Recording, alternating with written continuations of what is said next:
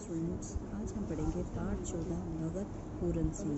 बेटा इसमें भगत पूरन सिंह के बारे में बताया हुआ है। डेरा साहिब गुरुद्वारा लाहौर के ग्रंथी सरदार अक्षर सिंह ने 4 साल के लूले बच्चे को जब एक अविवाहित युवक को सौंपा तो उसने उसे प्रभु की देन समझकर प्रसन्नता से अपना लिया। डेरा साहिब एक गुरुद्वारे जो लाहौर में ग्रंथी होते हैं, जैसे मंदिर में पंडित होते हैं और गुरुद्वारे में क्या होते हैं, ग्रंथी। उन्होंने एक 4 साल के लूले बच्चे को एक अविवाहित का जिसकी शादी नहीं हुई है, उसको प्रभु की देन समझ के सौंप दिया। मनुष्य का स्वभाव भी बड़ा विचित्र है, मतलब अनोखा है। एक और तो जन्म देने वाले माँ बाप लूले बच्चे से तंग आकर उससे पीछा छुड़वाने के प्रयत्न से उसे गुरुद्वारे छोड़ाए, और दूसरी ओर उसी प्रभु की देन समझकर अपनाने में आनंद अनुभव करने वाला युवक खड़ा है। उसने सच्चे दिल से उसे अपनाया और उसका माँ बाप बनकर न केवल जीवन के महत्वपूर्ण 14 वर्षों तक पीठ पर लाद कर घूमता रहा, बल्कि उसी की सेवा के प्रयत्न में जीवन की सार्थकता और सफलता समझी। बेटा, जो गुरुद्वारे के ग्रंथी ने जिस लूले बच्चे को, उस अविवाहित युवक को जिसकी शादी नहीं हुई थी, उसको सौंपा, उसने 14 वर्ष तक उस बच्चे को अपनी पीठ पे रखा। वो जहाँ भी जाता था उस बच्चे को अपनी पीठ पर लाद कर ही जाता था। ठीक है। यह और कोई नहीं, अमृतसर में पिंगलवाड़े का संस्थापक व संचालक भगत पूरन सिंह ही था। जो अविवाहित युवक था उसका नाम क्या था? भगत पूरन सिंह। उसने क्या किया था? अमृतसर में पिंगलवाड़े की स्थापना की थी। एक संस्था पिंगलवाड़ा था जहाँ लूले लंगड़े जिसको चोट लगी हो, ऐसे बूढ़े बच्चे रखे जाते हैं। जिसने भगवान को पाने का, भक्ति का सबसे अच्छा साधन ढूंढ निकाला था। भगवान के ही बनाए हुए दुखी मनुष्यों की सेवा कर उनका दुख दूर करना, माँ की प्रेरणा से उसमें यह भाव जगा था।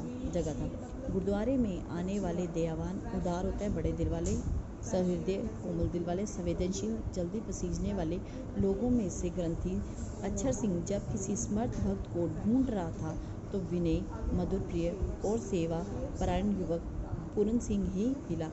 उसका यह चुनाव ठीक ही सिद्ध हुआ। जब पूरन सिंह ने जीवन भर न केवल इस लूले प्यारा सिंह की सेवा की, अपितु न जाने कितने हजारों लोगों को, दुखियारे लोगों की सेवा करने के लिए प्रेरणा भी दी। सेवा के लिए जिस तप, त्याग और साधना की जरूरत है, उसे अपनाने में ही मनुष्य त्याग करना सीखता है, और यह त्याग ही मनुष्य को ऊपर उठाता है, अच्छा मनुष्य बनाता है। यह त्याग धन का हो, कपड़ों का हो, पुस्तकों का हो, भोजन का हो, या इनसे भी बढ़कर कीमती सामान का हो, समय का हो। दुखी मनुष्य के लिए जो उनके कुछ दुख को, अभाव को दूर करता हो, तो त्याग करने वाले मनुष्य को भी शांति और संतोष देता है। त्याग वही होता है जिसमें कोई स्वार्थ ना हो। थोड़े से पैसे देकर कमरे पर पत्थर पर अपना नाम खुदवा कर लगवाना, या अखबार में फोटो छपवा कर बड़ी खबर लगवाना सच्चा त्याग नहीं कहला सकता, क्योंकि उसमें यश कमाने या दानी कहलाने का भाव छिपा रहता है।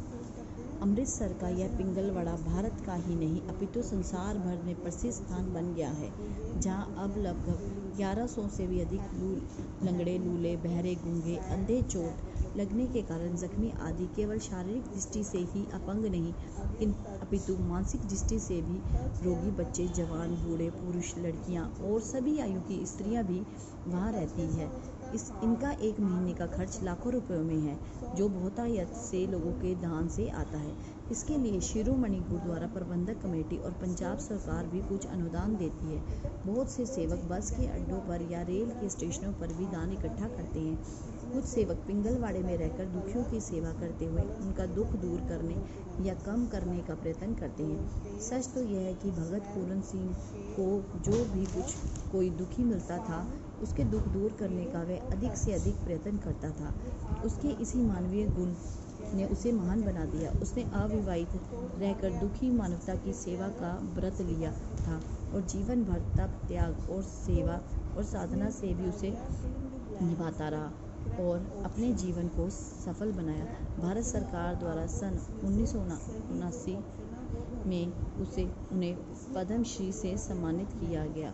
महापुरुषों ने सच ही कहा है, वही पुरुष उतना महान है जो जितने अधिक मानव समाज का जितना अधिक दुख दूर करता है। और भगत पूरन सिंह भी सच्चे महापुरुष थे। बेटा, आपको मैंने लेसन नंबर 14 भगत पूरन सिंह पढ़ा दिया। आपने इस वीडियो को बड़े ध्यान से सुनना है और इस पाठ को पढ़ना है और समझना भी है। Thank you.